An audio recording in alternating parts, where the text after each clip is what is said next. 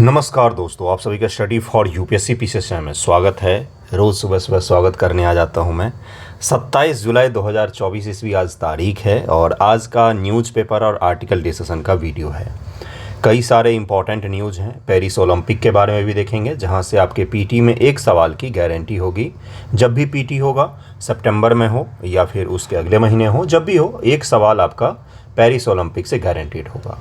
तो हो सकता है पदकों से सवाल पूछे जाए। खेल शुरू होगा तो उसके पश्चात पदक बटेंगे और हो सकता है कि शुरुआत के जो कार्यक्रम है उनसे भी सवाल पूछा जाए।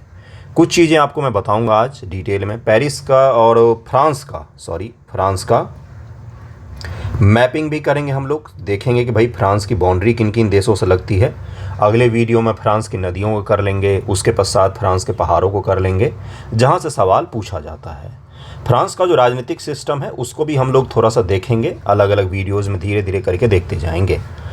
कई सारे आज इम्पोर्टेंट टॉपिक होंगे जिसमें अहोम साम्राज्य के एक साइट है जिसको यूनेस्को के वर्ल्ड हेरिटेज में शामिल किया गया है। इसको भी हम लोग देखेंगे कि भाई साइट क्या है। और बिहार स्पेशल का भी एक न्यूज़ होगा, उसको भी हम लोग कवर करने वाले हैं। तो अगर आप चैनल पर नए हैं तो सब्सक्राइब कर लीजिएगा, जुड़िएगा ज़रूर। आप बहुत कुछ सीखेंगे अगर जुड़ते हैं तो।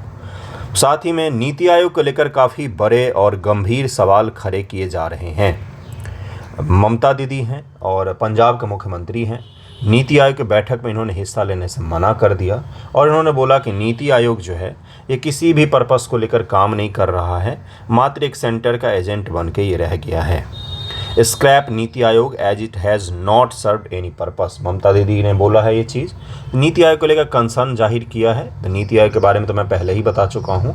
ये जो बयाने हैं ये मेरे हिसाब से आपको भी समझ में आ रहा होगा, पॉलिटिकल ज़्यादा है, इसलिए हमें इसकी तरफ में ध्यान देने की आवश्यकता नहीं है।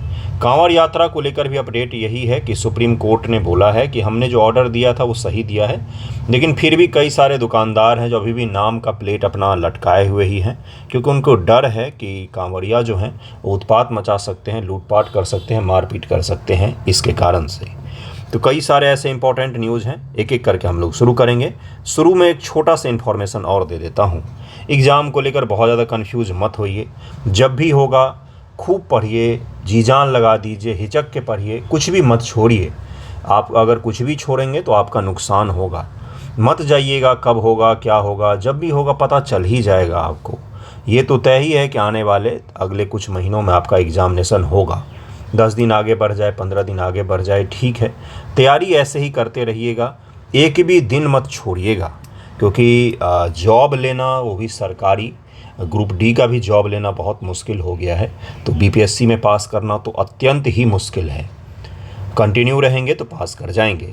एक छोटा सा इन्फॉर्मेशन मैं अपने ग्रुप के बारे में दे देता हूं, उसके पश्चात आगे बढ़ जाऊंगा मैं।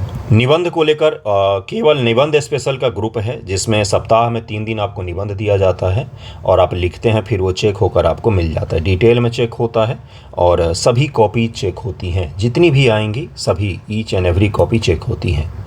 उसके अलावा 70 और 71 बीपीएससी को लेकर भी आंसर राइटिंग चल रहा है।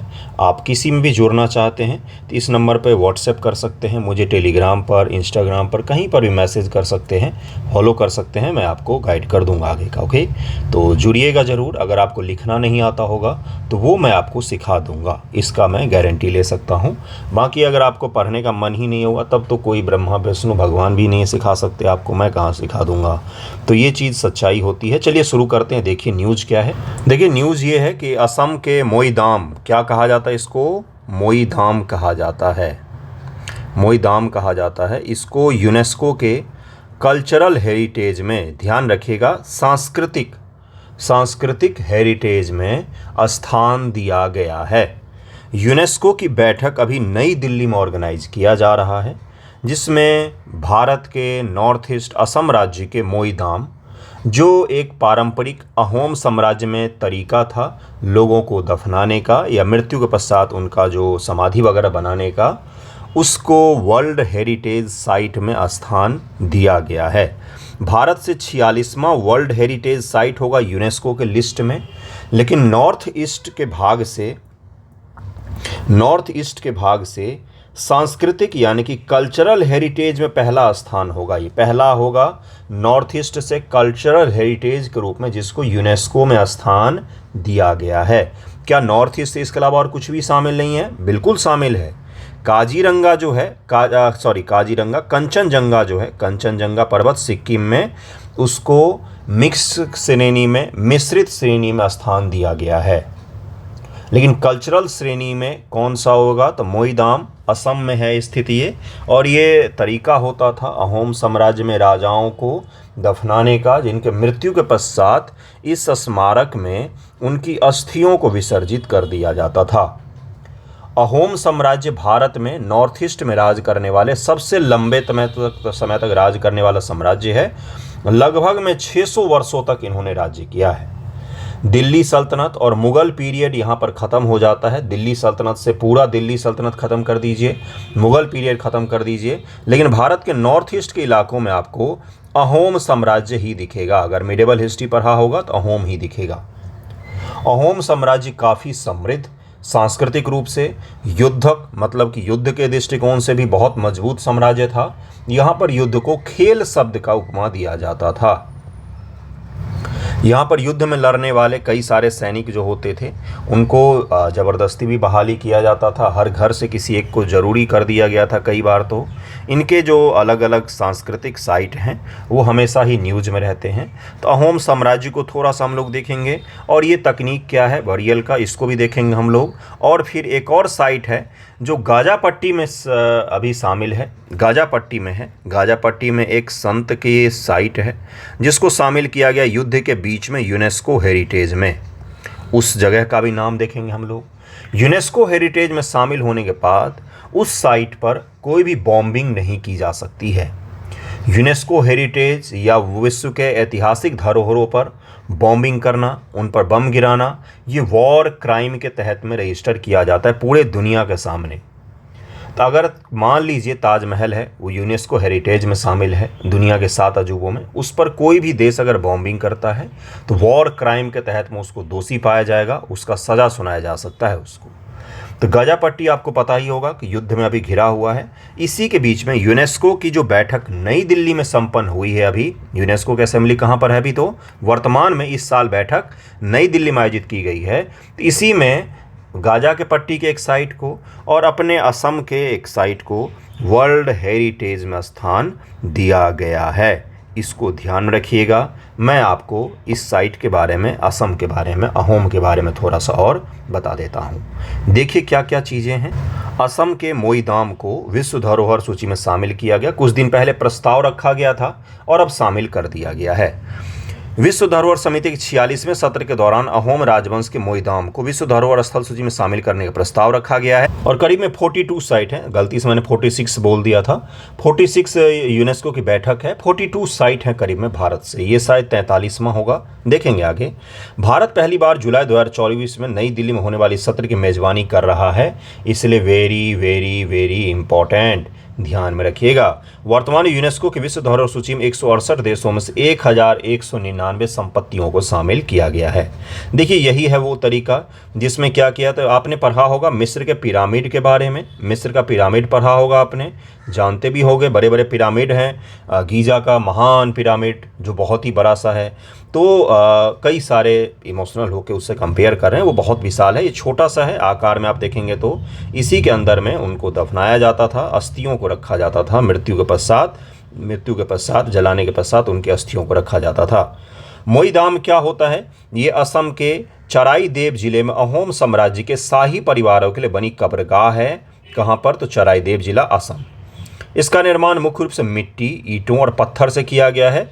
जो बिल्डिंग मटेरियल हैं उनको ध्यान में रखिएगा, ये काफ़ी महत्वपूर्ण होते हैं, आपसे पूछे जाएंगे। और इसको ध्यान में रखिएगा किन चीज़ों से बनाया गया है। इसे मिट्टी, ईंटें और पत्थरों से इनको बनाया गया है। इस बिल्डिंग मटेरियल से याद आया, एक कार्यक्रम आता था building blocks of India, building blocks of India. संसद टीवी, वर्तमान का उस समय RS टीवी कहलाता था, वो वर्तमान का संसद टीवी, उस पर सर्च कीजिएगा, बिल्डिंग ब्लॉक्स ऑफ इंडिया। अगर भारत के कल्चर को समझना हो तो अलग अलग हेरिटेज साइट को शानदार तरीके से उसमें दिखाया है। देख सकते हैं आप, बाहरी संरचना के आमतौर पर मिट्टी का एक टीला होता था जो अक्सर ईंट या पत्थर की दीवारों से घिरा होता था। इसमें अहोम साम्राज्य के शाही परिवारों के सदस्यों के पार्थिव अवशेष को दफनाया जाता। 18वीं शताब्दी के बाद अहोम शासकों ने हिंदू दाह संस्कार पद्धति को अपनाया। चराई देव में दाह संस्कार की बची हड्डियों और राखों को दफनाना शुरू कर दिया था। अहोम राजवंश की ये दफन पद्धतियाँ चीन के प्राचीन शाही मकबरों और मिस्र के फिरौन के पिरामिडों से तुलनीय हैं। चीन के और मिस्र के जो प्राचीन विधियाँ हैं उनसे तुलनीय हैं, उनसे आप कंपेयर कर सकते हैं, इसका कंपेरेबल है। अहोम साम्राज्य के बारे में मुख्य तथ्य क्या है? अहोम साम्राज्य की स्थापना 1228 में। अब मुझे बताइए एक चीज़, ज़रा सा ठहर कर, 1206 क्या होता है? तो गौरी आता है, गौरी चला जाता है और 1206 में कुतुबुद्दीन ऐबक को अपना शासक नियुक्त कर देता है। कहाँ पर? तो भारत में। कुतुबुद्दीन ऐबक 1206 से 1212 तक रहता है। 1212 के बाद कौन बनता है? तो इल्तुतमिश शासक बनता है और इल्तुतमिश लंबे समय तक रहता है। उसके पश्चात उसकी पुत्री रजिया सुल्तान बनती है।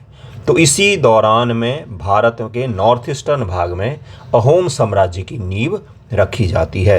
अगर आपसे सीक्वेंस में लगाने को बोले तो आप याद रखेंगे, इसलिए मैंने बोला है आपको। यूपीएससी ने बहुत ही खराब सवाल 2020 में पूछा था। उसने पूछा गोपाल के बारे में, फिर उसने पल्लव राजवंश के बारे में, और एक दो राजवंश थे जिनके बारे में सीधा सा बोल दिया कि आप क्या कीजिए, इनको सीक्वेंस में लगाइए। इसलिए जब आप हिस्ट्री पढ़ते हैं तो किस राजा ने किसको मारा, किसने किसको लूटा, ये सब चीज़ों पर ध्यान मत दिया कीजिए। किस पे ध्यान दीजिए? उनका टाइम पीरियड, उनके सामाजिक, आर्थिक, राजनीतिक जो विकास हुए उस दौरान, नीतियों पर ध्यान दिया कीजिए, शब्दावलियों पर ध्यान दिया कीजिए। बस इतना ही इतिहास में पढ़ना होता है पीटी के लिए। अहोम साम्राज्य 1228 में असम की ब्रह्मपुत्र घाटी में हुई थी। इसने 600 वर्षों तक अपनी संप्रभुता बनाए रखी। आप समझ सकते हैं कि कोई इनसे भिड़ने जाता ही नहीं था। आपने सुना होगा अकबर भी ज़्यादा से ज़्यादा बंगाल तक गया। बंगाल का मतलब, अगर मैं बंगाल शब्द इतिहास के तौर पर यूज करूं तो आप बांग्लादेश को भी समाहित करके मानिएगा। ओके। इसकी स्थापना 13वीं शताब्दी के शासक छोलुंग सुखफा ने 1253 में की थी। चेराई देव उनकी प्रारंभिक राजधानी थी, जो गुवाहाटी से 400 किलोमीटर पूर्व में स्थित। अगला है कि अहोम राजवंश ने, आपको ही पता होगा कि दिल्ली राजधानी बनने से पहले सल्तनत काल में लाहौर राजधानी हुआ करता था, है ना। अहोम राजवंश लगभग 600 वर्षों तक शासन किया, जब तक कि वर्ष 1826 में यांडबू के संधि के माध्यम से अंग्रेजों ने असम पर कब्जा नहीं कर लिया। 1826, कब से कब तक? लगभग 1228 से 1826, 600 वर्षों तक शासन रहा है इनका। काफ़ी लंबा टाइम पीरियड है। यहाँ पर दिल्ली सल्तनत और मुग़ल दोनों खप गए, लेकिन ये बने हुए थे। इतना मजबूत साम्राज्य था, इनसे लड़ना बहुत मुश्किल था, क्योंकि ये लड़ने में प्राकृतिक चीज़ों का बहुत ज़्यादा उपयोग करते थे। जैसे एक तो वहाँ का टेरेन बहुत ख़राब है। आप अगर नॉर्थ ईस्टर्न में जाएंगे युद्ध करने तो पहाड़ियाँ हैं, भीषण नदियाँ हैं, लंबी चौड़ी नदियाँ हैं। ब्रह्मपुत्र नदी का बहाव क्षेत्र बहुत ही बड़ा है, पहाड़ियाँ हैं, जंगल है, उसमें युद्ध करना बहुत कठिन होता था। इसलिए अगर आप ध्यानपूर्वक देखेंगे तो मुग़लों का या दिल्ली सल्तनत का छाप आपको सुदूर हिमालय के क्षेत्रों में नहीं दिखेंगे और आपको सुदूर नॉर्थ ईस्टर्न भाग में भी नहीं दिखेंगे, क्योंकि वहाँ पर युद्ध करना बहुत मुश्किल होता था। राजनीतिक व्यवस्था, अहोमों ने भूइयाँ, जमींदारों की पुरानी राजनीतिक व्यवस्था का दमन कर एक नया साम्राज्य स्थापित किया था। भूइया प्रथा ध्यान में रखिएगा। यह राज्य बलात् श्रम पर निर्भर था। इसी की बात मैंने की थी कि ज़बरदस्ती, बिना पैसे, इन चीज़ों के लोगों को शामिल किया था। बलात् श्रम, ओके। राज्य के लिए एक प्रकार का श्रम करने वाले को पाइक कहा जाता था। पाइक, ओके, टर्मिनोलॉजी है। अहोम साम्राज्य कुलों या खेलों में विभाजित था। खेलों में विभाजित था, जैसे राज्य में विभाजित, वैसे ही खेलों में। खेल युद्ध के लिए भी उपयोग किया जाता है, इसके लिए भी किया जाता है। एक खेल के तहत प्रायः कई गांवों को नियंत्रित किया जाता है। जैसे मान लीजिए एक ब्लॉक है, अब ब्लॉक के तहत कई सारे विलेज आते हैं, तो इसी तरह से पंचायत आता है दरअसल में, लेकिन मैं आपको समझाने के लिए कह रहा हूँ। तो एक खेल के तहत में बहुत सारे गाँव आते हैं, ओके। अहोम साम्राज्य के लोग अपने स्वयं के आदिवासी देवताओं की पूजा करते थे, फिर भी उन्होंने हिंदू धर्म और असमिया भाषा को स्वीकार किया। हालांकि अहोम राजाओं ने हिंदू धर्म अपनाने के बाद अपनी पारंपरिक मान्यता को पूरी तरह नहीं छोड़ा है। सैन्य रणनीति, अहोम सेना की पूरी टुकड़ी, पैदल सेना, नौसेना, तोपखाने, हाथी, घुड़सवार सेना और जासूस शामिल थे। मुख्य आयुध में यही सब चीज़ें हैं जो सभी जगहों पर रहती हैं। अहोम सैनिक गुरिल्ला युद्ध कला में निपुण थे। गुरिल्ला युद्ध कला, गुरिल्ला वही होता है कि सामने आमने की लड़ाई में मत उलझो, नुकसान ज़्यादा होगा।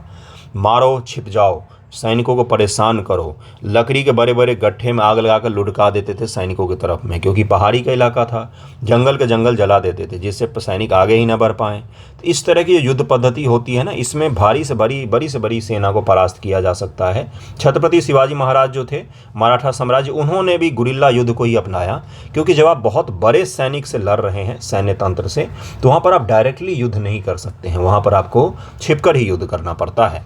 लचित बोरफुकन, इनके बारे में मैंने 2-3 बार पढ़ा चुका हूँ, क्योंकि इनको सम्मानित किया गया है, इनकी स्मृति बनाई गई, इनका स्मारक बनाया गया है। बहुत महान सैनिक कमांडर थे के नेतृत्व में अहोम सेनाओं ने 1671 में सराय घाट के युद्ध में औरंगजेब के शासनकाल के दौरान राम सिंह प्रथम की कमान वाली मुगल सेना को हरा दिया था। राष्ट्रीय रक्षा अकादमी के सर्वश्रेष्ठ कैडेट को लचित बोरफुकन स्वर्ण पदक दिया जाता है। जो नेशनल एकेडमी है उसके सर्वश्रेष्ठ कैडर को लचित बोरफुकन अवार्ड दिया था, क्योंकि सेना कमांडर शानदार थे ये, और कम संसाधनों में इतनी बड़ी सेना को हराने का श्रेय इनको दिया जाता है। यह पदक 1999 में रक्षा कर्मियों को बोरफुकन की वीरता बलिदान का अनुकरण करने के क्रम में प्रेरित करते हुए शुरू किया गया था। इसको ध्यान में रखिएगा। ये रहा असम राज्य आपका। असम दिख रहा होगा, ये नॉर्थ ईस्टर्न भाग है। असम एकमात्र राज्य है जो नॉर्थ ईस्ट के सभी राज्यों को टच करता है। विश्व धरोहर विरासत स्थल का आशय एक ऐसे स्थान से है जिसे यूनेस्को द्वारा उसकी विशिष्ट सांस्कृतिक और भौतिक महत्व के कारण सूचीबद्ध किया गया हो। विश्व धरोहर सूची को विश्व धरोहर कार्यक्रम द्वारा तैयार किया जाता है। यूनेस्को की विश्व धरोहर समिति द्वारा इस कार्यक्रम को प्रशासित किया जाता है। यह सूची यूनेस्को द्वारा 1972 में अपनाई गई। विश्व संस्कृति और प्राकृतिक धरोहर के संरक्षण संबंधी कन्वेंशन नामक एक अंतर्राष्ट्रीय संधि संबंधित है। भारत में 42 विश्व धरोहर हैं, 34 सांस्कृतिक, 7 प्राकृतिक और एक मिश्रित स्थल। नवीनतम स्थलों में शांति निकेतन है, होयसल के पवित्र मंदिर शामिल हैं। अब इसको भी शामिल कर दिया गया है, तो 43 साइट्स आप मान सकते हैं। वेरी वेरी वेरी इंपॉर्टेंट, इसको ध्यान रखिएगा। नेक्स्ट टॉपिक पर हम लोग चलते हैं। अगला टॉपिक है कि राष्ट्रपति भवन का टाउन हॉल और जो वहाँ का 2 हॉल थे उसका नामकरण चेंज किया गया है। छोटे से फैक्ट हैं लेकिन पूछ लेगा। राष्ट्रपति भवन का म्यूज़ियम भी है, अगर समय लगे कभी तो घूमने जाइएगा, शानदार जगह है। घूमना फिरना चाहिए इस तरह की चीज़ों को। दिल्ली में रहते हैं तो, पटना में रहते हैं तब तो कोई बात ही नहीं। देखिए क्या लिखा हुआ है यहाँ पर। देखिए दरबार हॉल कहा जाता था, जहाँ पर आपने देखा होगा कि दरबार हॉल में जो अलग अलग कार्यक्रम भी आयोजित किए जाते हैं, तो दरबार जो है ये किससे संबंधित हो जाता है, तो राजशाही को कहीं न कहीं इंगित करता है, राजशाही को। तो भारत तो एक गणतंत्र है, तो इसलिए इसका नाम क्या कर दिया गया है, अब इसका नाम यहाँ पर चेंज करके कर दिया गया है क्या, तो आप देख सकते हैं गणतंत्र मंडप, गणतंत्र मंडप। दरबार हॉल का नाम चेंज किया गया गणतंत्र मंडप, और जो अशोक हॉल था उसको अशोक मंडप नाम दे दिया गया है। हॉल की जगह पर मंडप नाम दिया गया है। राष्ट्रपति जी ने ये चेंज किया है। राष्ट्रपति भवन आपको पता ही होगा कि न्यू दिल्ली जब राजधानी बनाया गया तो उसी दौरान लुटियंस के द्वारा ही राष्ट्रपति भवन सहित पूरे लुटियंस इलाके को डिज़ाइन किया गया था। उसी में राष्ट्रपति भवन, उसके पहले आपको प्रधानमंत्री के ऑफिस दिखते हैं दोनों साइडों पर, और भी पुरानी संसद भवन, ये पूरी प्रणाली, कनॉट प्लेस, ये सारा लुटियंस कहलाता है। इसका डिज़ाइन किया गया था। राष्ट्रपति भवन का बस नाम ध्यान में रखिएगा, और ये जो दोनों नाम चेंज किए गए हैं, छोटा सा फैक्ट था, आपको बता दिया है। नेक्स्ट टॉपिक पर चलते हैं। क्या नाम कर दिया गया है, तो जिसका दरबार हॉल नाम था अब उसको गणतंत्र मंडप नाम दे दिया गया, बस यही नाम चेंज किया गया। ओके, नेक्स्ट टॉपिक देखिए क्या है। अगला जो न्यूज़ है वो है प्राइवेट मेंबर बिल के बारे में। तो आपको पता होगा, मैं आपको थोड़ा सा और याद करवाऊंगा और ये भी बताऊंगा कि प्राइवेट मेंबर बिल क्या कभी पारित हुए हैं, आप भूल गए होंगे, मेरा काम है आपको बताना। देखिए दरअसल हुआ क्या, राज्यसभा में CPIM, मार्क्सवादी, CPIM के नेता हैं जिनका नाम क्या था, तो इनका नाम है जॉन ब्रिटस। ठीक है भाई, भारत के ही हैं, अलग अलग अपने यहाँ पर विविधता है, तो इनका नाम इस तरह का है। CPIM के लीडर हैं। इन्होंने एक शानदार सा क्या रखा था, प्रस्ताव रखा था प्राइवेट मेंबर बिल के बारे में। और प्राइवेट मेंबर बिल है, प्राइवेट मेंबर बिल क्यों कहा जाता है इसको, देखिए अगर कोई मंत्रिमंडल, मंत्रिपरिषद के अलावा, सरकार के अलावा, जो सरकार में मंत्री है, उनके अलावा किसी भी पार्टी का, बीजेपी का, विपक्ष का कोई भी मेंबर, दोनों सदन में किसी भी सदस्य के द्वारा अगर कोई भी बिल लाया जाता है तो उसको क्या कह दिया जाता है, उसको कहा जाता है प्राइवेट मेंबर बिल। ठीक है, मान लीजिए भारतीय जनता पार्टी, उसके सांसद महोदय कौन, तो कोई भी सांसद महोदय जो एक बिल लाते हैं, लेकिन वो मंत्री नहीं है, ना तो राज्य मंत्री हैं, ना तो केंद्रीय मंत्री हैं, बड़े मंत्री कुछ भी नहीं है वो, बस वो सदस्य हैं भारतीय जनता पार्टी के, और वो कोई बिल लेकर आते हैं तो उसको क्या कह दिया जाएगा, प्राइवेट मेंबर बिल। अब ये बिल क्या लाए थे, बिल तो खैर गिर गया, लेकिन बिल चर्चा में आ गया। क्या था, देखिए लिखा हुआ है council of minister of state was defeated in the Rajya Sabha. ठीक है, क्यों भाई, बिल क्या था, तो गवर्नर को बाउंड किया गया था, governor bound by advice of the council of minister of state, जो राज्य का मंत्रिपरिषद होगा उसके एडवाइस से गवर्नर को बाउंड किया गया था, विवशकारी होगा आपके लिए, आपको मानना ही पड़ेगा। इस तरह का कानून लाया जाए और उसको पारित किया जाए, इसको लेकर ये बिल लाया गया था कि गवर्नर को मानना ही पड़ेगा, बाध्यकारी होगा उनके लिए राज्य मंत्रिपरिषद के सुझाव। वर्तमान में बाध्यकारी नहीं भी होता है, हालांकि गवर्नर राज्य के मुख्यमंत्री और मंत्रिपरिषद की सलाह से ही काम करता है, लेकिन उसके लिए बाउंड नहीं होता, वो बाध्यकारी नहीं होता है वो। इसको लेकर ये बिल लाया गया था CPIM के लीडर के द्वारा। जो बिल है राज्यसभा में लाया गया था, बिल पता ही आपको गिर जाएगा, क्योंकि प्राइवेट मेंबर्स बिल भारत में जल्दी पारित नहीं हो पाते हैं। तो प्राइवेट मेंबर बिल के बारे में छोटा सा हम लोग इंट्रो लेंगे, फिर आगे बढ़ जाएंगे, क्योंकि PT में ये पूछा जा सकता है, स्टेटमेंट में आप फिर कंफ्यूज हो सकते हैं, इसलिए इसको जरा सा हम लोग देख लेते हैं। निजी सदस्य विधेयक, संसद के ऐसे सदस्य जो केंद्रीय मंत्रिमंडल में मंत्री नहीं है को एक निजी सदस्य के रूप में जाना जाता है, और उसी के द्वारा अगर कोई भी विधेयक लाया जाता है तो उसको क्या कह दिया जाता है, निजी सदस्य विधेयक। इसका प्रारूप तैयार करने की जिम्मेदारी संबंधित सदस्य की होती है। सदन में इसे पेश करने के लिए 1 महीने की नोटिस की आवश्यकता होती है। ये भी ध्यान में रखिएगा, ऐसा नहीं होगा कि सुबह में सोचे कि आज एक बिल लेकर जाते हैं और डाल दिया राज्यसभा में, ऐसा नहीं होता है, आपको 1 महीने पहले नोटिस देना पड़ता है। सरकारी विधेयक सार्वजनिक विधेयक को किसी भी दिन पेश किया जा सकता है। सरकारी विधेयक सार्वजनिक विधेयक को किसी भी दिन पेश किया जा सकता है, उन पर चर्चा की जा सकती है। निजी सदस्य के विधेयकों को केवल शुक्रवार को पेश किया जा सकता है, केवल फ्राइडे को, जिस दिन मूवी रिलीज होती है सिनेमा हॉल में, केवल उसी दिन प्राइवेट मेंबर बिल को लाया जा सकता है, उन पर चर्चा की जा सकती है। कई विधेयक, ये ध्यान में रखिएगा, इसलिए इसको मूवी और अलग अलग संदर्भ से मैं जोड़ता हूँ ताकि आपको याद रहे।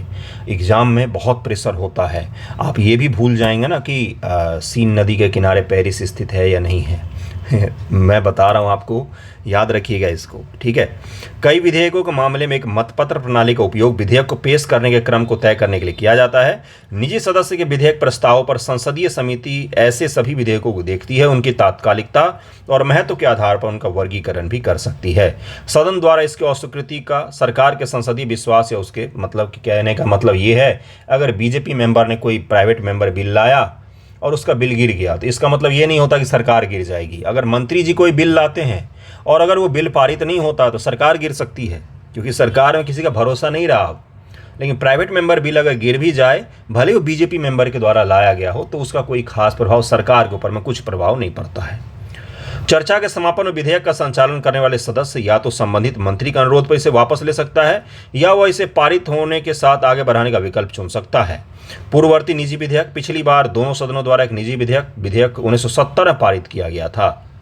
1970 ईस्वी में दोनों सदनों द्वारा पहली बार, मतलब सबसे पिछली बार, इससे पहले एक ही बार पारित हुआ है, वो हुआ था कब, तो 1970 में। अगला देखिए क्या है, यह सर्वोच्च न्यायालय आपराधिक अपीलीय क्षेत्राधिकार विधेयक 1968 था। 14 निजी सदस्य विधेयक, जिनमें से 5 राज्यसभा में पेश किए गए हैं, अब कानून बन गए हैं। कुछ अन्य निजी जो कानून बन गए हैं उनमें शामिल हैं लोकसभा कार्यवाही प्रकाशन विधेयक 1956, संसद सदस्यों के वेतन और भत्ते विधेयक 1964 लोकसभा में पेश किया गया था। 1970 से पहले ही जो हुआ वो हुआ, ओके।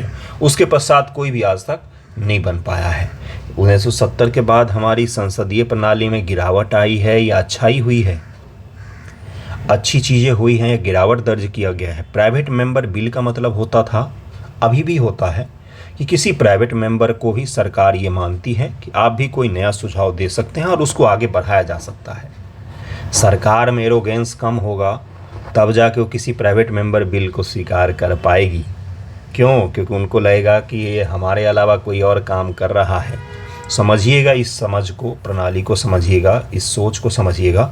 वास्तविकता में यही चीज़ है। कई बार शानदार बिल लाए जाते हैं प्राइवेट मेंबर्स के द्वारा, लेकिन वो खारिज कर दिए जाते। इससे पहले एक प्राइवेट मेंबर के द्वारा बिल ये लाया गया था कि प्राइवेट कंपनी में काम करने वाले या किसी भी कंपनी में काम करने वाले लोगों का वर्किंग आवर के अलावा उनको कभी परेशान नहीं किया जाना चाहिए। लेकिन वो बिल जो है वो संपूर्ण रूप से एक्ट नहीं बन पाया। भारतीय दंड संहिता विधेयक 1967 में राज्यसभा में पेश किया गया था और आखिरी बार 1970 में पेश किया गया था। तो प्राइवेट मेंबर बिल के नाम ध्यान में रखिएगा, कब पेश किया गया था आखिरी बार। और इससे पहले 5 ऐसे हैं जो एक्ट बन चुके हैं, अलग अलग एक्ट के नाम भी बता दिए हैं, क्या होता है प्राइवेट मेंबर बिल ये भी बता दिया है। आगे बढ़ते हैं, अगले न्यूज़ पर चलते हैं। अगला न्यूज़ है कि भारत और यूएस ने एक ट्रीटी साइन की है जिसमें कल्चरल प्रॉपर्टी पैक्ट, अब ये आपसे पूछा जा सकता है, सांस्कृतिक संपत्ति पैक्ट समझौता साइन किया गया है किन 2 देशों के बीच में हाल ही में। तो ये भारत और यूएस के बीच में साइन किया गया है, भारत और यूएस के बीच में साइन किया गया। इसमें क्या है कि मान लीजिए कोई स्मगल करके कोई एंटीक चीज़ भारत का यूएस में, यूएस का भारत में लाया जाता है, तो वो देश अगर उसको प्राप्त करते हैं, उस देश का प्रशासन उसको प्राप्त करता है तो लौटा देंगे उसके मूल देश को। इसी को लेकर इसको साइन किया गया है। और ये जो साइन का कार्यक्रम है, आपको बताया मैंने इससे पहले कि यूनेस्को का भी भारत में बैठक चल रहा है नई दिल्ली में, राजधानी में। तो उसी के दौरान जो यूएस के आए हुए थे कल्चरल डिपार्टमेंट से, उनके बीच में और हमारे सांस्कृतिक मंत्रालय के बीच में इस चीज़ को साइन किया गया है। इसको ध्यान में रखिएगा। यही साइन अगर ब्रिटेन के साथ में भारत कर लेगा तो फिर ब्रिटेन का क्या होगा, क्या क्या लौटाएंगे वो हमें। उनका तो म्यूजियम छोड़िए, उनके तो कई सारे लोगों के घर भी खाली हो जाएंगे, हमारे इतने सामान लूट कर ले गए हैं वो। खैर चलिए, यूएस के साथ साइन किया है, इसको ध्यान में रखिएगा, बड़ा ही इंपॉर्टेंट सा ये साइन है। अगले टॉपिक पर चलते हैं हम लोग। अगला जो टॉपिक है ये आसियान की बैठक से संबंधित है। आसियान का 2024 ईस्वी में आसियान की जो बैठक होती है वो कहाँ पर आयोजित किया जा रहा है, तो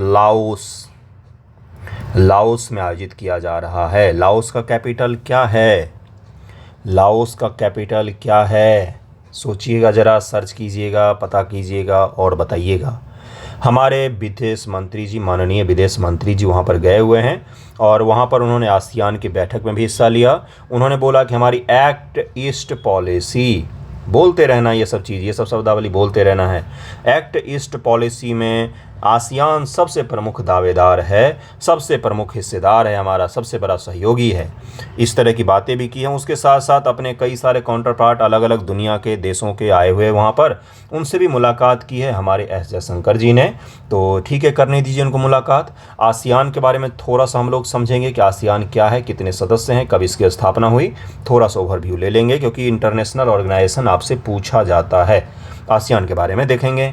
अगला देखिए, इसी में क्या है कि कहाँ पर बैठक हुई है ये पूछा जाता है। तो आसियान के इस बार का बैठक लाओस की राजधानी में आयोजित किया गया था, लाओस की राजधानी में, जहाँ पर भारत के विदेश मंत्री महोदय भी भाग लेने गए हुए हैं। ओके, देखिए आसियान का पूरा नाम है association for south Asian nation. कितनी बार बताया है आपको, एशिया प्रशांत के क्षेत्र में छोटे छोटे दक्षिण पूर्व एशिया के देश थे, उन सभी को जोड़कर, क्योंकि उनका कल्चर एक है, इकोनॉमी भी एक ही तरह का है, तो उन सभी ने मिलकर फैसला लिया कि क्यों न हम अपने आपस में सहयोगों को बढ़ावा दें। और आपको यकीन मानना चाहिए कि यूरोपियन यूनियन के पश्चात अगर दुनिया में कोई अंतर्राष्ट्रीय संस्था वाकई शानदार काम करती है अपने लोगों के लिए तो वो है आसियान। लेकिन इसके सामने कई सारे चैलेंजेस भी हैं, जैसे चीन का एक फैक्टर बहुत बड़ा चैलेंज है, म्यांमार एक बहुत बड़ा चैलेंज है जहां पर सैन्य शासन कायम है। आसियान का आदर्श हुआ कि 1 विजन 1 आइडेंटिटी 1 कम्युनिटी है, इसको भी ध्यान में रखिएगा, ये पूछा जा सकता है। 8 अगस्त को आसियान दिवस के रूप में मनाया जाता है। दूसरा पीटी फैक्ट हो गया आपका, घनघोर वाला पीटी फैक्ट है ये। तो आसियान का सचिवालय इंडोनेशिया की राजधानी जकार्ता में स्थित है। अब यहीं से एक अलग सा सवाल मैं पूछूंगा आपको, परेशान तो मैं करता ही हूँ आप लोगों को, बताइए मुझे, इंडोनेशिया अपना नया कैपिटल कहाँ बना रहा है, क्या नाम है उसका? इंडोनेशिया का जो वर्तमान कैपिटल है वो डूब रहा है समुद्र में। बिल्कुल सही सुन रहे हैं आप, कुछ दिनों में समुद्र के नीचे पाया जाएगा, लोग जाएंगे डाइव करके उसको देखने के लिए, समुद्र का जलस्तर जैसे जैसे बढ़ रहा है। तो इंडोनेशिया अपना नया राजधानी बना रहा है बोर्नियो द्वीप पर। अब उसका नाम क्या है वो आप मुझे बताएंगे। सदस्य देश कौन कौन से इसके, तो Indonesia, Malaysia, Philippines, Singapore, Thailand, Brunei, Vietnam, Laos, Myanmar, Cambodia. तो ये 10 सदस्य हैं, इसको 10 सदस्य हैं। भारत से किस किस की सीमा लगती है, तो भारत से एक ही की सीमा लगती है, वो कौन है, तो म्यांमार से सीमा लगती है। आसियान की उत्पत्ति 1967 में आसियान घोषणा पत्र, बैंकॉक घोषणा पर संस्थापक राष्ट्रों द्वारा हस्ताक्षर करने के बाद आसियान की स्थापना हुई। ये यूपीएससी पीटी में पूछा है, 1967 ईस्वी। संस्थापक राष्ट्र इंडोनेशिया, मलेशिया, फिलीपींस, सिंगापुर और थाईलैंड हैं। इंडोनेशिया, मलेशिया, फिलीपींस, सिंगापुर और थाईलैंड जो बड़े देश हैं इस ब्लॉक के, वही इसके संस्थापक राष्ट्र रहे हैं। सिंगापुर सिंगापुर इकोनॉमी में वाकई बहुत बड़ा है। 1990 के दशक में वर्ष 1975 वियतनाम युद्ध के अंत और 1991 में शीत युद्ध के बाद बदलती परिस्थितियों के बाद सदस्यता दोगुनी हो गई और 10 सदस्य हो गए। ब्रुनोई वियतनाम बोर्नियो द्वीप है, ब्रुनोई देश है, दोनों अलग अलग है, दोनों को कंफ्यूज मत हो जाइएगा। बोर्नियो द्वीप है, ब्रुनोई देश है, ठीक है। लाओस और म्यांमार 1997, कंबोडिया 1999 सदस्य राष्ट्रों में शामिल हुआ और हमारे कल्चरल रूप से बहुत नज़दीक हैं ये देश हमसे, क्योंकि हिंदू धर्म, बौद्धिज्म और हिंदू धर्म दोनों का यहाँ पर बहुत ही ज़्यादा प्रभाव है। उसके साथ साथ भारत के बहुत सारे लोग यहाँ पर रहते हैं, दक्षिण भारत के बहुत सारे लोग यहाँ पर रहते हैं, उत्तर भारत के भी रहते हैं लेकिन मुख्य रूप से दक्षिण भारत के हैं। साथ ही साथ में हमारा कल्चरल रूप से बहुत पुराना संबंध रहा है, बहुत पहले से रहा है। और साथ में वियतनाम हो या इंडोनेशिया हो, इनके स्वतंत्रता संग्राम को लेकर भी भारत ने हमेशा ही जागरूकता दिखाई और हमारे अच्छे रिलेशन रहे हैं नेहरू जी के ज़माने से ही। 1995 दक्षिण पूर्व एशिया को परमाणु मुक्त क्षेत्र बनाने के सदस्यों ने एक समझौते पर हस्ताक्षर किया कि हम इस क्षेत्र में कोई भी एटॉमिक हथियार नहीं आने देंगे। शानदार काम। 1997 में आसियान विजन 2020 को अपनाया। 2003 आसियान समुदाय की स्थापना के लिए बाली कॉनकॉर्ड द्वितीय को साइन किया गया। 2007 में सेबू घोषणा 2015 तक आसियान समुदाय की स्थापना में तेजी लाने के लिए किया गया। 2008 में आसियान चार्टर लागू हुआ, कानूनी रूप से बाध्यकारी समझौता है आसियान चार्टर। 2015 में आसियान समुदाय का शुभारंभ किया गया और आसियान और भारत के रिलेशन शानदार हैं, वाकई बहुत अच्छे रिलेशन हैं हमारे। भारत से इनकी उम्मीदें बहुत ज़्यादा हैं क्योंकि चीन इनको बहुत परेशान करता है, एक तरह से मोनोपोली कायम करने की कोशिश करता है, तो फिर वो भारत की तरफ में देखते हैं कि भारत के साथ हम क्यों ना अपने रिलेशन को अच्छा करें। भारत के लिए हमेशा एक अपॉर्चुनिटी रहता है इन देशों के साथ अच्छा रिलेशन करने का, चीन के फैक्टर के कारण से, लेकिन भारत अभी तक 100% उस अपॉर्चुनिटी को अपना नहीं पाया है, हम उसको अभी तक कैश नहीं करवा पाए हैं। अगले टॉपिक पर चलते हैं। नेक्स्ट देखिए क्या है, एक छोटा सा यूनेस्को साइट जिसके बारे में मैंने आपको बताया कि फ़लस्तीन का इस साइट है, गाजा पट्टी में स्थित है। एंशियंट साइट इज फ़लस्तीन get UNESCO tag armed conflict in Gaza also put on heritage in danger list. Heritage danger list में भी इसको शामिल कर दिया गया है क्योंकि खतरा है इसके ऊपर में, और वर्ल्ड हेरिटेज यूनेस्को लिस्ट में भी शामिल किया गया है कि आगे अब इस पर कुछ भी खतरनाक चीज़ों से अटैक नहीं किया जा सकता है। 46 सेशन जो भारत में आयोजित था नई दिल्ली में वर्ल्ड हेरिटेज कमेटी का, उसी में इसको अपनाया गया है। उसका संत का नाम देखिए, सेंट हिलेरियन मोनेस्ट्री। ये कहाँ पर है, तो ये गाजा पट्टी के इलाके में है, ये नाम जरूर ध्यान रखिएगा। सेंट हिलेरियन मोनेस्ट्री ये गाजा पट्टी के इलाकों में स्थित है फ़िलिस्तीन में। इतना भी अगर इसके बारे में आप ध्यान रख लेंगे कि सेंट हिलेरियन मोनेस्ट्री कहाँ पर है, तो गाजा पट्टी के इलाकों में फ़िलिस्तीन में स्थित है ये, और ये 4th सेंचुरी के आसपास में कल्चरल स्थान बना यहाँ पर, और एशिया अफ्रीका के बीच में व्यापारिक मार्गों में से एक था ये। बस इतना ही ध्यान रखिएगा, इसके बारे में डिटेल नहीं पूछा जाएगा आपसे, बस ज़्यादा से ज़्यादा ये पूछा जा सकता है कि कहाँ पर है ये, है ना। नेक्स्ट टॉपिक है पेरिस ओलंपिक अपना, देखिए न्यूज़ क्या है, उसके पश्चात से फ्रांस की हम लोग बाउंड्री वगैरह भी कवर करेंगे। पेरिस ओलंपिक का कल शुभारंभ था। शुभारंभ पहले मायनों में क्यों खास है? खास इसलिए है कि कई बार आज से पहले जितनी भी बार कोई भी ओलंपिक ऑर्गेनाइज किया गया है तो उस ओलंपिक में किसी स्टेडियम में शुभारंभ होता है या शुभारंभ कार्यक्रम किसी स्टेडियम में ऑर्गेनाइज किया जाता है। ये खुले में ऑर्गेनाइज किया गया। सीन नदी जो फ्रांस के पेरिस की जीवन रेखा है, अद्भुत नदी है, शानदार साफ़ सुथरा नदी है, उसी नदी में ऑर्गेनाइज किया गया। अलग अलग जहाज़ों पर अलग अलग देश के प्रतिनिधि मंडल बैठे हुए थे और वो अपने अपने देश का प्रतिनिधित्व कर रहे थे। इसके दोनों किनारे दर्शक बैठे हुए थे और शानदार सा कार्यक्रम था, अद्भुत फोटोज सामने आ रहे हैं। लेकिन पेरिस ओलंपिक से पहले फ्रांस में काफ़ी ज़्यादा छीछालेदर हो रहा है। वहाँ पर फुटबॉल टीमों को, अलग अलग एथलीट्स ग्रुप को लूटा गया है। बिल्कुल सही सुन रहे हैं आप। एक महिला के साथ दुष्कर्म भी किया गया। ये सब चीज़ें फ्रांस से शामिल हो रही हैं न्यूज़ में, तो कहीं ना कहीं धूमिल कर देती हैं आपके इतने शानदार ऑर्गेनाइज को। उसके अलावा फ्रांस को सोचिए ज़रा कितना ज़्यादा संकट में ये सब देश हैं, कहने को फर्स्ट वर्ल्ड कंट्रीज़ हैं। अगर एशिया के किसी देश में ओलंपिक ऑर्गेनाइज हो रहा होता और ये सब चीज़ें होती तो वेस्टर्न मीडिया नाच रहा होता एक पैर पर खड़े होकर, और हो सकता था कई सारे देश अपने खिलाड़ियों को भेजने से मना कर देते।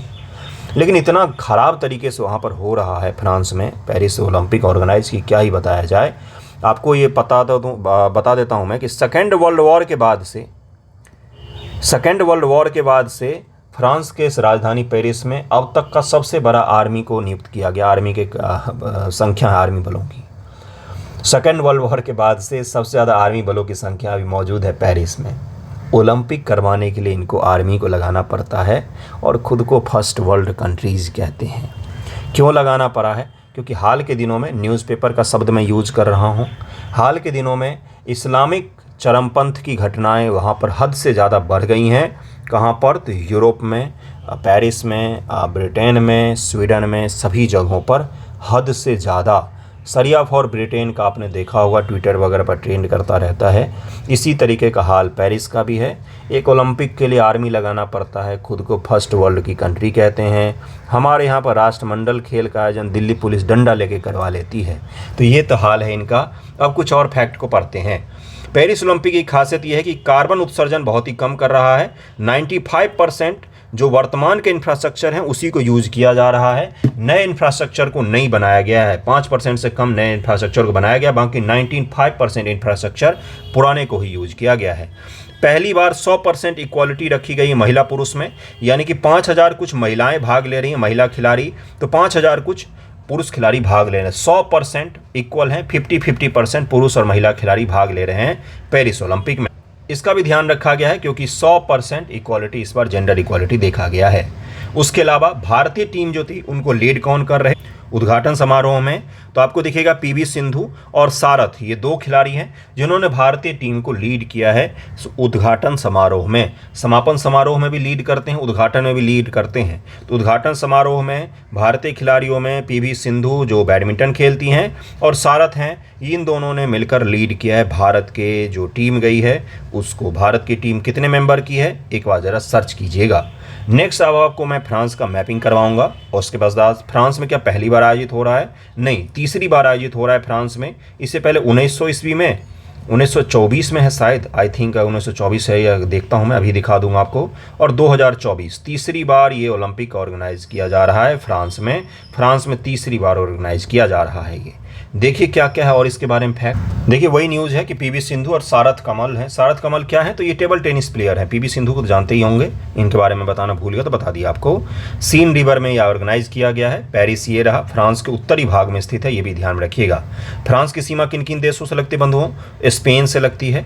उसके अलावा यहाँ पर मेडिटेरियन सी है, भूमध्य सागर है, गल्फ ऑफ लियोन को ध्यान में रखिएगा, बे ऑफ बिस्के को ध्यान में रखिएगा।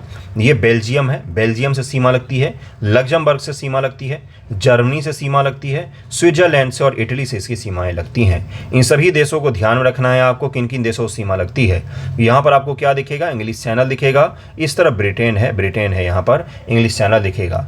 यहाँ पर डोवर की जल संधि दिखेगा आपको। डोवर की जल संधि के द्वारा ब्रिटेन का और फ्रांस के मेनलैंड अलग अलग होते हैं, ये भी ध्यान रखिएगा। Bay of Biscay, Gulf of Lion को ध्यान में रखना है आपको। उसके अलावा अलग अलग देशों के नाम तो मैंने बताए ही हैं, इसको भी ध्यान में रखना है। इससे पहले कब कब ऑर्गेनाइज किया गया? 1900 ईस्वी, 1924 और 2024 में 3 बार होस्ट किया है। किसने? तो पेरिस ने। इसके अलावा लॉस एंजल्स और लंदन 2 और शहर हैं जिनमें 3 बार ऑर्गेनाइज किया जा चुका है। इसके अलावा बाकी यहाँ पर पेरिस है जिसमें तीसरी बार ओलंपिक ऑर्गेनाइज किया जा रहा है। इतना ध्यान में रखिएगा। नेक्स्ट टॉपिक और आखिरी टॉपिक आज का क्या? आज का आखिरी टॉपिक है कि बजट 2023-24 में, 2024-25 में, हाँ, भारत सरकार का बजट था एक तरह से बिहार और आंध्र प्रदेश का बजट था। बिहार को भर के पैसा मिला है। हाल ही में केंद्रीय बजट 2024 में कोसी नदी के जल का दोहन उपयोग करने के लिए 11,500 करोड़ रुपए आवंटित किए गए। यह एक ऐसी नदी है जिसे अत्यधिक अप्रत्याशित माना जाता है तथा अपने मार्गों को बदलने के लिए प्रवण है, बहुत ही विख्यात है। बिहार बाढ़ को राष्ट्रीय प्राथमिकता माना गया है। अब नेशनल स्तर का इसको माना जाएगा और उससे क्या होगा? बिहार सरकार को फंडिंग ज़्यादा मिल जाएगी, है ना। भारत सरकार थोड़ा सा मदद कर देगी। कोसी नदी को बिहार का शोक कहा जाता है क्योंकि नेपाल से बहकर आने वाली राज्य के उत्तरी भाग के एक बड़े क्षेत्र में व्यापक विनाश करती है। ये नदियों का क्या दोष? नदी तो जैसे बह रही थी वैसे ही बह रही हैं। उनको शोक कहोगे तो उनसे क्या हो जाएगा? आप उनके रास्ते घेर कर घर बना लोगे तो शोक क्या, फिर तो तबाही लाएंगी ही वो। आपने कब उनके रास्तों क्लियर करने की कोशिश की? गाद लाती हैं, मुझे भी पता है, अपने ही गाद के कारण अपना मुंह बंद करके रास्ता मोड़ लेती हैं। लेकिन आपको ये भी तो देखना पड़ेगा कि हर बार अगर एक ही चीज़ से संकट पैदा हो रहा है तो उसका निराकरण करा जाए, ना कि बैठकर रुदाली की जाए। रुदाली ही तो कर रहे हैं पिछले 75 वर्षों से। कब आपने देखा है कि प्रोजेक्ट कोसी नामक सबसे बड़ा धांधली चलता है बिहार में। प्रोजेक्ट कोसी के तहत में बहुत सारे लोगों को रोजगार मिला है लेकिन काम आज तक ढेला भर का नहीं हुआ है। ये भी सच्चाई है। काम आपने किया नहीं, उसको बिहार का शोक नाम दे देते हैं। दामोदर नदी को बंगाल का शोक कहा जाता था, आज़ादी के पश्चात बांध बनाया गया, अब बंगाल की शोक नहीं कहा जाता है इसको। काम आप कर लो, शोक कहना नदियों को कहाँ तक सही है, मुझे तो सही नहीं लगता है। सूत्रों के अनुसार यह पहली बार है जब बिहार में बाढ़ की समस्या को राष्ट्रीय प्राथमिकता के रूप में मान्यता दी गई है। विशेष श्रेणी को दर्जा न मिलने के बावजूद राज्य को महत्वपूर्ण लाभ प्राप्त हुए हैं, जिनमें 4 एक्सप्रेसवे, गंगा पर 2 लेन पुल, 1 विद्युत संयंत्र, हवाई अड्डे और मेडिकल कॉलेज शामिल है। ये सब बिहार को मिला है। इसके अतिरिक्त बजट में गया में औद्योगिक नोड बनेगा, स्पोर्ट इंफ्रास्ट्रक्चर और बहुपक्षीय संस्थाओं से धन प्राप्ति के लिए सहायता की घोषणा भी की गई है। और विष्णुपद मंदिर और महाबोधि मंदिर कॉरिडोर बनाया जाएगा। जैसे विश्वनाथ कॉरिडोर, महाकाल कॉरिडोर आपने सुना होगा, वैसे ही विष्णुपद मंदिर गया में और महाबोधि कॉरिडोर, महाबोधि जो मंदिर है कॉरिडोर, ये दोनों बनाया जाएगा राजगीर में। नालंदा के विकास योजनाओं पर भी प्रकाश डाला गया है। नालंदा यूनिवर्सिटी के बारे में पता ही होगा, प्रधानमंत्री महोदय ने उसका उद्घाटन भी किया था। इसको जरूर ध्यान में रखिएगा, महाबोधि मंदिर और विष्णुपद मंदिर के बारे में। बाकी कोसी नदी के बारे में मैंने आपको बता दिया। 11,500 रुपये आवंटित किए गए हैं। फिर से किसी बाबू, किसी बड़े नेता के जेब में चले जाएंगे। पुल बनाए जाएंगे, पुल गिर जाएंगे, कौन देखने वाला है। 17 से 18 पुल गिर चुके हैं, कहीं पर कोई चूंचा भी नहीं कर रहा है बिहार में, क्या ही बताया जाए। यही था आज का न्यूज़। कैसा लगा है ज़रूर बताइएगा। थैंक यू सो मच आप सभी का वीडियो देखने के लिए।